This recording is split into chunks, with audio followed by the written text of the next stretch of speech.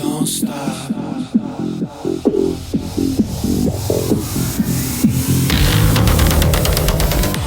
Hi, everybody. Thanks for joining me on the Everything and Anything and a Bit Gay podcast.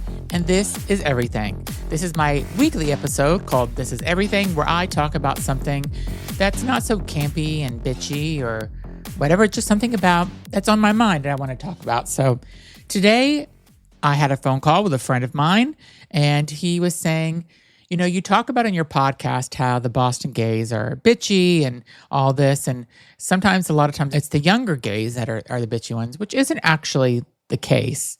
But he said maybe it's karma coming back to you, because I talk a lot about karma on my show. And maybe it's karma coming back to you because whenever I was younger living in South Beach, I recently said in an episode, like, oh yeah, no, anybody over 35, whenever I was 21 or 22, like they were just too old for me. And that's how I felt. And I wanted to kind of just think about that episode for a little bit, because I think there's something there. I think it's a different situation, but I'm going to think about that, and that will be a future episode just about, is karma coming back to me? But it got me thinking, whenever we started talking about this future potential episode, about how there's so many different kind of phases that people go through. And I can talk about this from being a gay man, since I am a gay man. I think that other people in the alphabet nation will actually, maybe it makes sense to them. I think everybody has their own journey. Also, I'll say at the beginning of this conversation, you know, and I think maybe lesbians are different than gay men, but they have their different phases they go through. Same things, you know, transgender people definitely have a very unique time in their life whenever they realize or they start thinking, am I trans?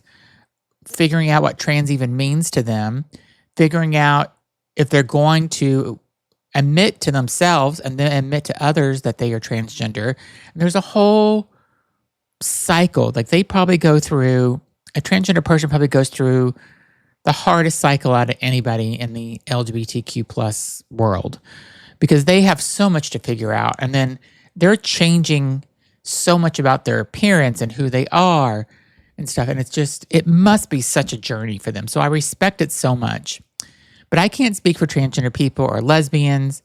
I can't speak for the gay men and for my own personal journey. So I'm going to talk about that today. And hopefully everybody can think about this a little bit and relate to it in some ways. But let me tell you kind of where I started at. So whenever I'm trying to think the first time where I admitted to myself that I was actually gay without telling anybody, just like, because you have to like admit it to yourself. You have to like figure it out for yourself. So I remember thinking about guys in a sexual way. Maybe I was in 7th grade. And oh God, I'm really going to I'm going to really let some personal stuff out here. But we didn't have the internet growing up, right? When I was growing up, there was no internet. There was no way to like look up like things on the internet to see if you were gay or to look up hot guys. Definitely there was no way to look up, you know, porn as a kid, because there was no internet for that. You know, if you wanted to see porn, you had to like go steal it from like your parents' VCR tapes or whatever, like, or your friends' parents' VCR tapes. Like I don't know, like, everybody had VCR tapes like that were pornographic back then, I think. And then my dad had a bunch of Playboy magazines under the bathroom sink in their bathroom. And like I would look at them. It was mostly always girls, but sometimes there'd be a sex scene. And I'm like, oh, okay, you know what I regret? My dad had the Madonna original Playboy magazine. And I wish that I had that, because oh, God, it would probably be worth so much money, but I just wish.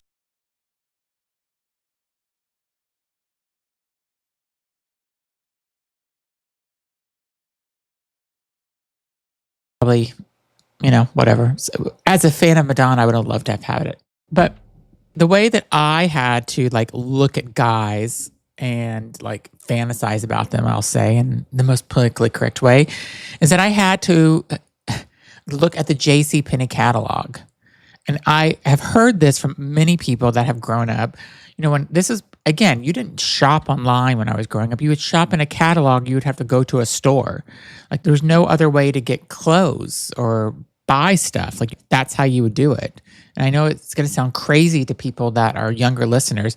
And I even remember when the internet came out and you could buy stuff online, a lot of people that I worked with, like, I'm not buying stuff online. I'm not putting my credit card number online. Somebody will steal it or whatever. I'm like, and I'm thinking like, no, but like, that's just how the world is going.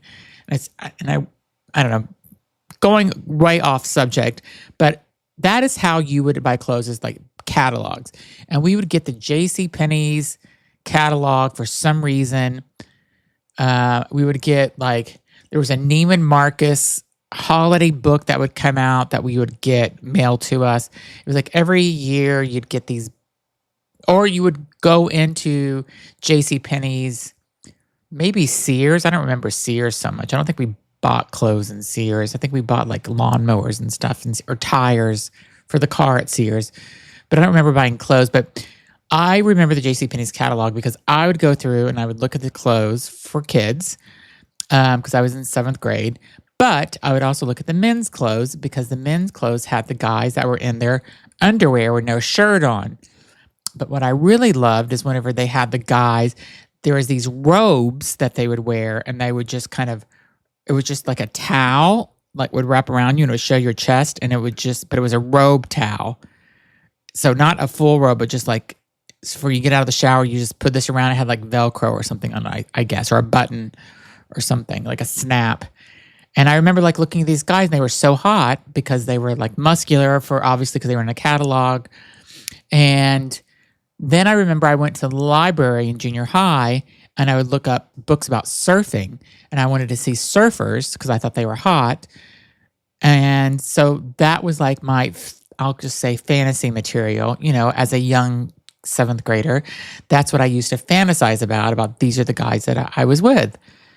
So that was 7th and 8th grade when I was thinking about that. But I still like, I had girlfriends in 7th and 8th grade. So I still was like not at all thinking I was gay. I don't know what I was thinking. I'm thinking this is what I'm turned on to. And we'll be right back. Okay, and now back to the show. I don't know what I was thinking. I'm thinking this is what I'm turned on to. I felt like I was attracted to girls, or I thought they were pretty. I always liked boobs, but it was something about the guys. But as I've said in previous podcasts, like I would like lay in bed at nighttime and think about like how am I going to get married one day?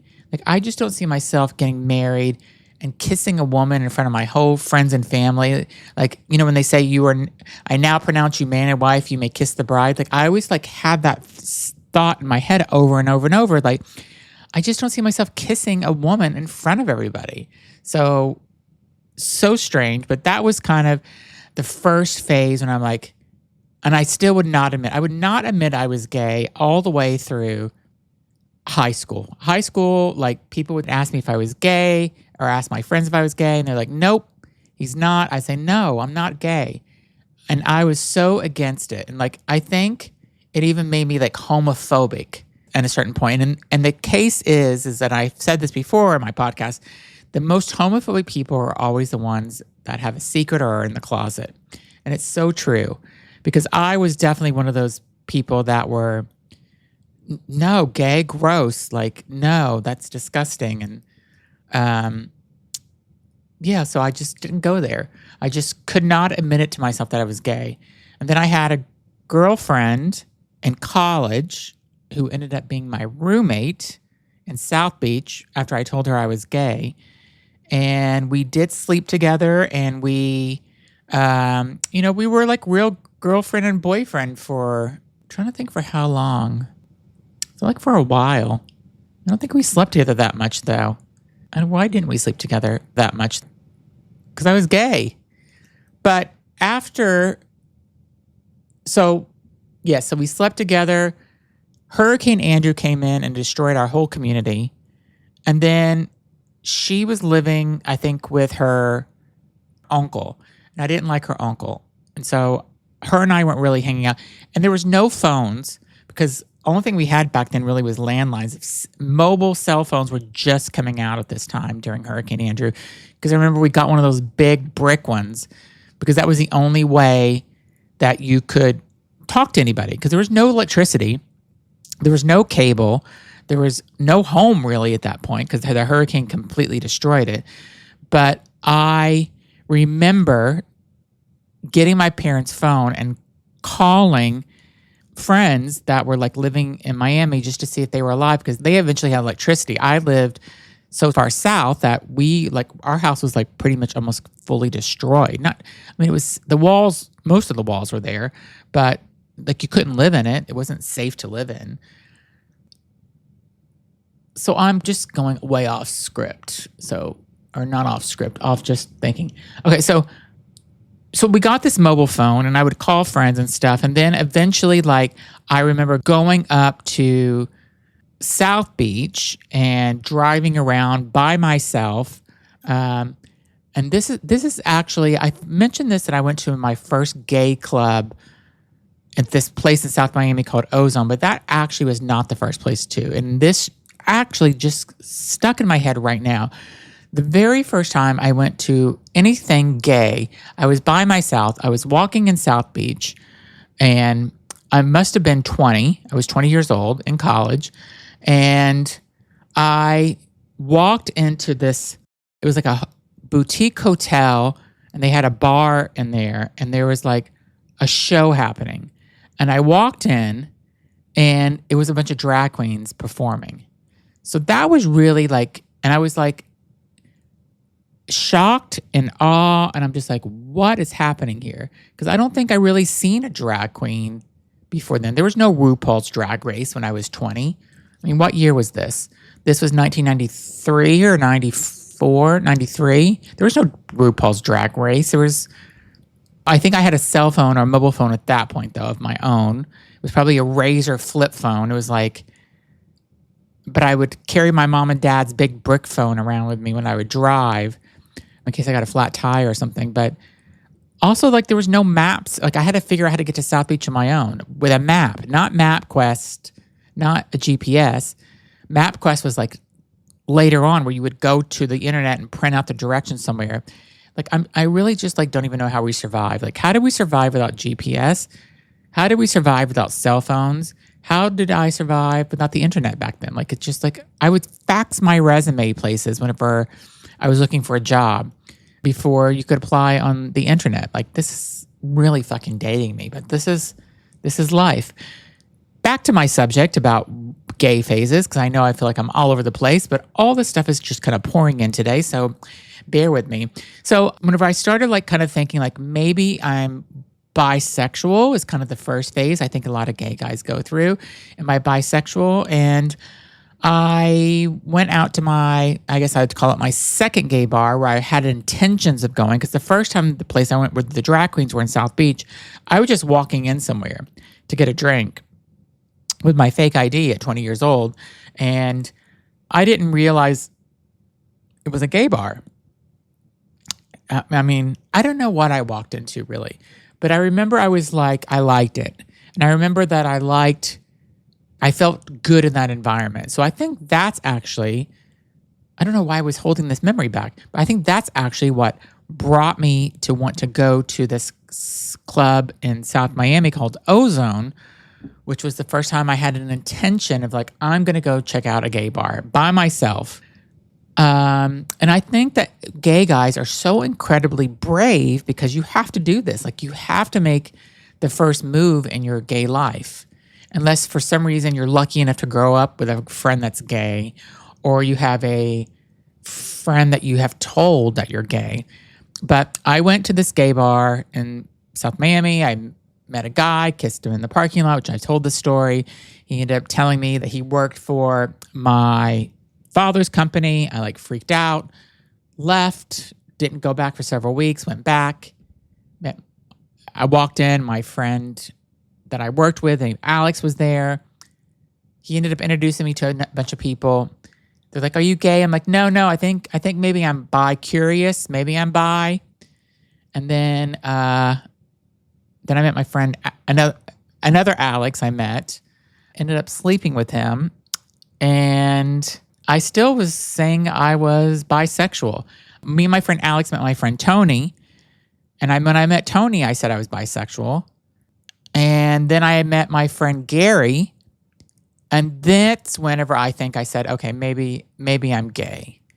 And Andrew went through the same thing as I did. Whenever I met Andrew, he already had a boyfriend, slept with 1,000 guys, slept with 1,000 girls, but he says, oh, I'm bisexual. I'm like, no, you're not. Because I was already like past the bisexual. Like I was 25 when we met. I'm like, you are not bisexual. Like you're gay. He's like, no, I'm bisexual. I'm like, why do you say that? Because you slept with girls? He goes, no, because that's how I feel. I feel like I'm bisexual. He just didn't want to admit he was gay. And now I could be more bisexual than he is because he just doesn't, he thinks women are pretty. He just doesn't find them attractive. Like, I think women are, like, I think if I was single, maybe I would try to do a 3-way with a guy and a girl just to try it. Wow, I'm really opening up today, and we'll be right back. Okay, and now back to the show. Wow, I'm really opening up today. But yeah, I mean, I think I would like to try to sleep with a girl again if I was single, just to see. Maybe not a girl on her own, but a girl and a guy. Yeah, why not? So then whenever I was gay, then I went through my okay, let me figure out who I am as a gay man. That's whenever I went into my whole club kid, going to South Beach. It was the 90s, platform shoes, latex pants, short midriff shirts. Yeah, the whole thing. Sequins backpacks, lots of fucking jewelry and crosses. It was the 90s, so rosaries, bracelets, over fucking doing it. I love looking at pictures of myself when I was living there, but living during that time in South Beach. But I think about it what was I serving when I walked into these bars? This obnoxious 22, 23-year-old club kid walking in thinking I'm the shit with this bad attitude.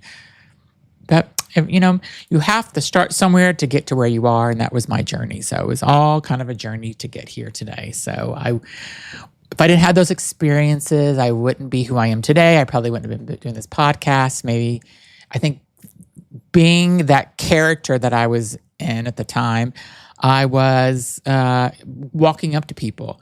I didn't give a shit about things, and so I could walk up to anybody. Rejection really wasn't on my mind at that time. I'm like, oh, well, if you get rejected by somebody, I'm 22 or 23, and I'm the shit, so fuck that. I don't care what they think about me. They're not better than me. That was probably my really bad attitude with my friends that all had bad attitudes. And I was smoking cigarettes back then and drinking and staying out till 6 a.m. I remember our goal was let's see if we can stay up and watch the sunrise come up on the beach. I'm like, but why did we need to do that for? But, we were 22, 23 years old, and that's what we did. Go to after hours, then go out to the beach and watch the sun come up. And I think we'd go to some liquor store. Oh, no, there was this, not a liquor store. It was a bodega convenience store, a little store that was open 24 hours. And we would go get not wine, but I don't know, Mad Dog 2020 or something gross like that. We would get some alcohol drink. Maybe we would get little bottles for shots and just sit there and keep drinking at 6 a.m. So disgusting. But then I was fully gay. And then I think I changed and I ended up, kind of going into that more, still a little bit of a club kid, still wearing all the jewelry and stuff. Maybe probably still wearing the platform shoes. I remember when I wore my first platform shoes out, my friend Alex was so impressed by them because they were big. They were 5-inch platform shoes. And my friend Alex was like, oh my God, I have to wear those. So we then ended up trading shoes for 2 hours so he could dance in them. And he almost fell and broke his ankle. But he's like, these are amazing. I can't believe where did you find these? I don't even remember where I think I got my first platform shoes actually in New York at the Unique Boutique or somewhere like that down in Bleecker area where they used to have all these stores with all these club kid clothes and stuff. So me and my friend Jen took a trip to New York and bought all this shit and all these clothes. And I came back and I transformed myself into a club kid. And then, I slowly started kind of going into maybe that Abercrombie and Fitch, more preppy look at some point, a little bit here and there, slowly shedding those club kid clothes. And then I moved to New York. And then I definitely wasn't a club kid in New York. Maybe a little bit at first, but not really. I was really dressing more normal. My hair was, what color was my hair then when I first moved to New York? My hair was probably blondish, but not platinum blonde like it was when I was super club kid. It was probably just blonde. I tried to dye it a million different colors. I had black hair at one point. Andrew hated the black hair. He's like, no, that is your skin is too white for that black hair. I looked like a goth person then. And then I think I was just blonde for like many, many years, just like keeping up. And I dyed my hair at home with like Miss Clairol because I was a poor 20-something-year-old. So I couldn't go and afford a $300 color job. And then you start buying other clothes. You like start Gap and then Banana Republic. And then I think you start graduating as you get older and you start making more money. You start kind of like experimenting with maybe some designer labels. And that's not even until like your 40s when you have some real money to spend. Because I think even in my 30s, like we bought a house when we were in our 30s in Miami. Was I buying anything designer then? I kind of was, I guess. Yeah, a little bit, but not like, I wasn't going out buying like Gucci shoes. I was just maybe going to Neiman Marcus buying some stuff that I couldn't afford and just maxing out my credit cards at that point. But, I also just like, I was growing also as a gay man at this point where I didn't have to go out to clubs or bars every night either. Like I'm in a committed relationship. I lived in New York for like 6 or 7 years before moving back to Miami for 4 or 5 years. And like I really felt like we were going out a lot, but we would go out to a lot of dinners and then go out for drinks and then get home maybe at 3 o'clock instead of 6 o'clock. So we still had that party girl, party gay in us, but we definitely were not, no club kids were done with at that point. I think this was in the 2000s at this point. So there was no more club kids anyway, or there were, but that just wasn't us. And then we moved to Atlanta and, I started wearing like, Abercrombie and Fitch and more just preppy clothes. And we would go to Bloomingdale's and just buy, normal Bloomingdale's clothes. And so, because Bloomingdale's has an amazing location that was in Atlanta, if it's still there, but I used to love going there because they had like a huge men's section there. And then we moved back to New York and then I just, we were gay in a relationship. We got married shortly. No, where did we get married? Where were we living when we got married? We got married in 2008. I think we were living in Miami. Yes, we were living in Miami. So then we went to Atlanta after that. So my dates, I don't know. We've moved, like I said, 18 times in 27, almost 28 years. So I can't keep up with the dates. But we ended up back in New York eventually after stopping in Philly and Atlanta and North Carolina, Raleigh, North Carolina. Then we were back in New York and we were there for, I don't know, there's 6 or 7 years. And then I was just like kind of like living in Hell's Kitchen and being a normal gay guy. I had lots of gay friends in New York and, going out probably 4 or 5 nights a week, not just necessarily to bars, but dinners or stuff for work. And I loved my life. I met somebody that I worked with who I'm no longer friends, and we were going out a lot and we were having fun when I thought he was normal. And then, after all these years, I realized he never was fucking normal.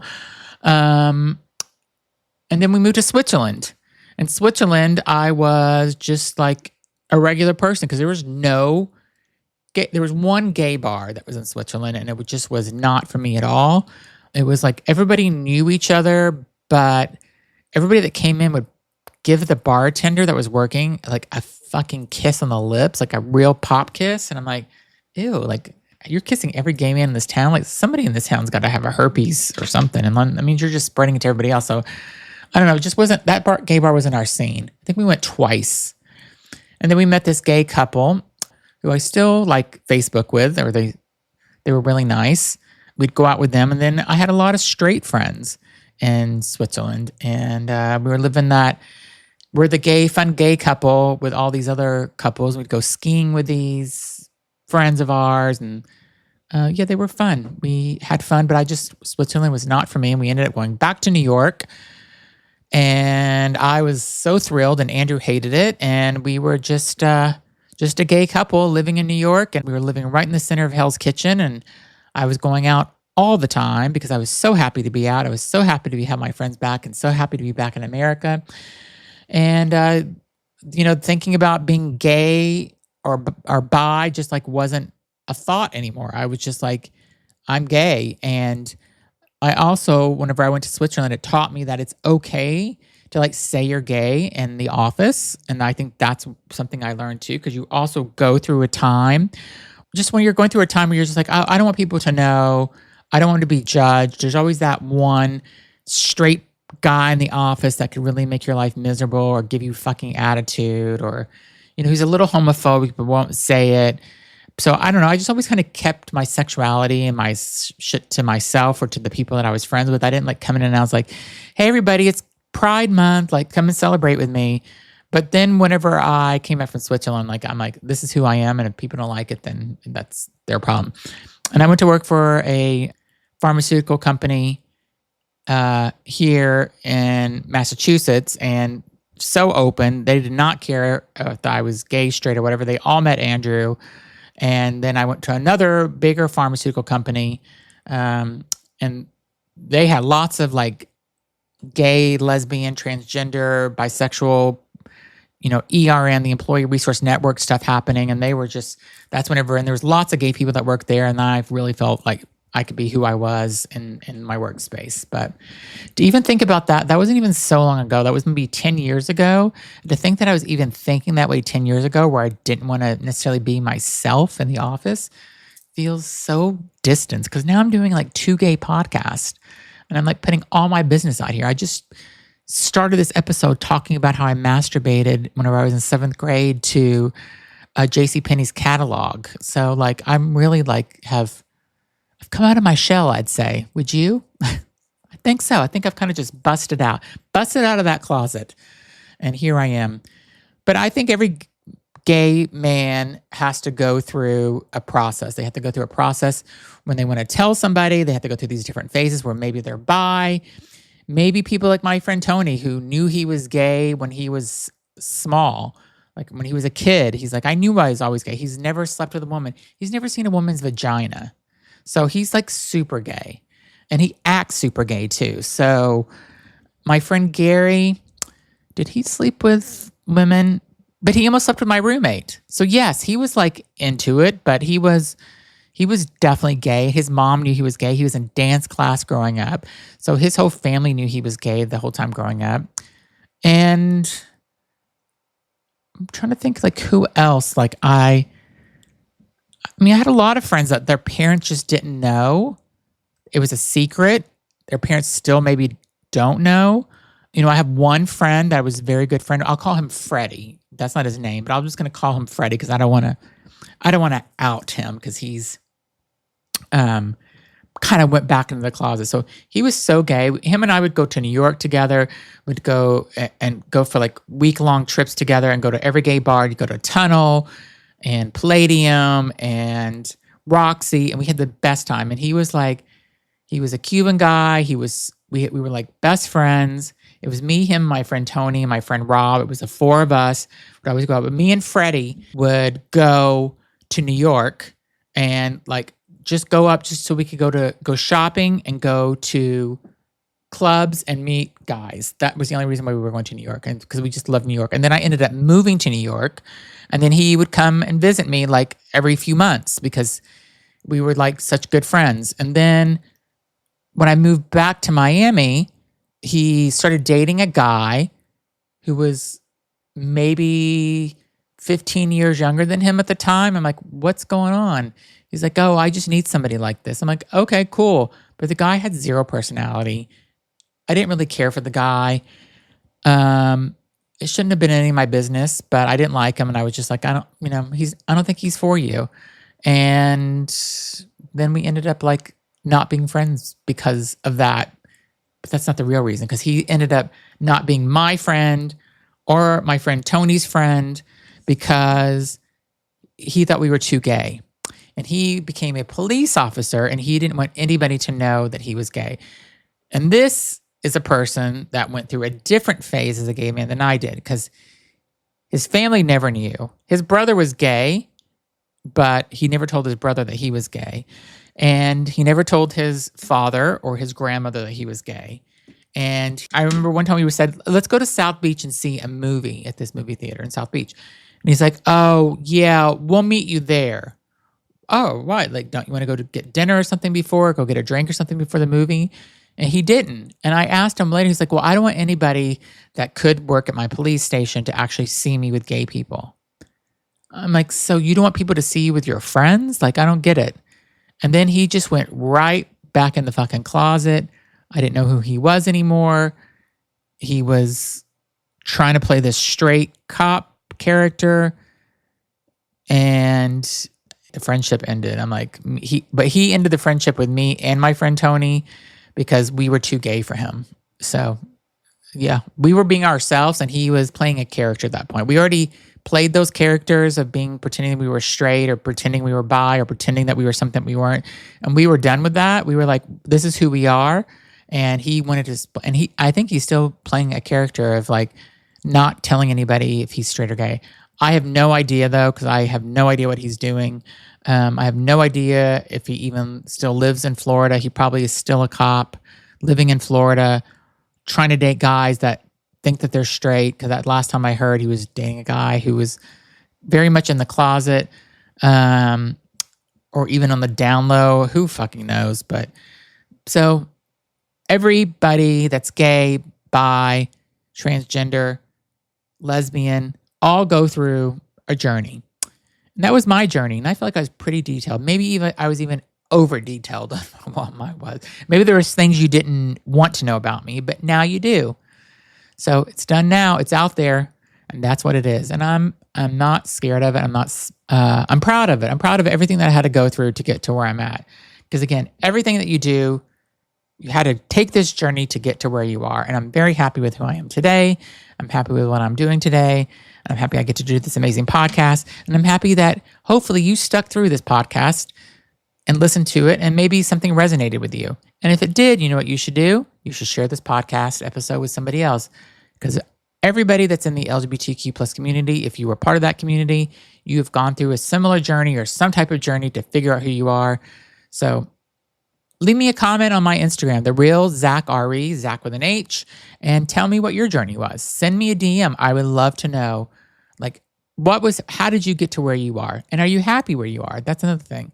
Because there's a lot of journeys that we all have to go through, but are you happy once you get there? So thanks so much for listening. I will be back with a new guest tomorrow. And I appreciate you listening. And if you haven't subscribed already, please do. And if you haven't left a comment, leave a review. Because the more people that leave reviews or leave comments, the more people get to see and hear this podcast. So thanks so much for listening.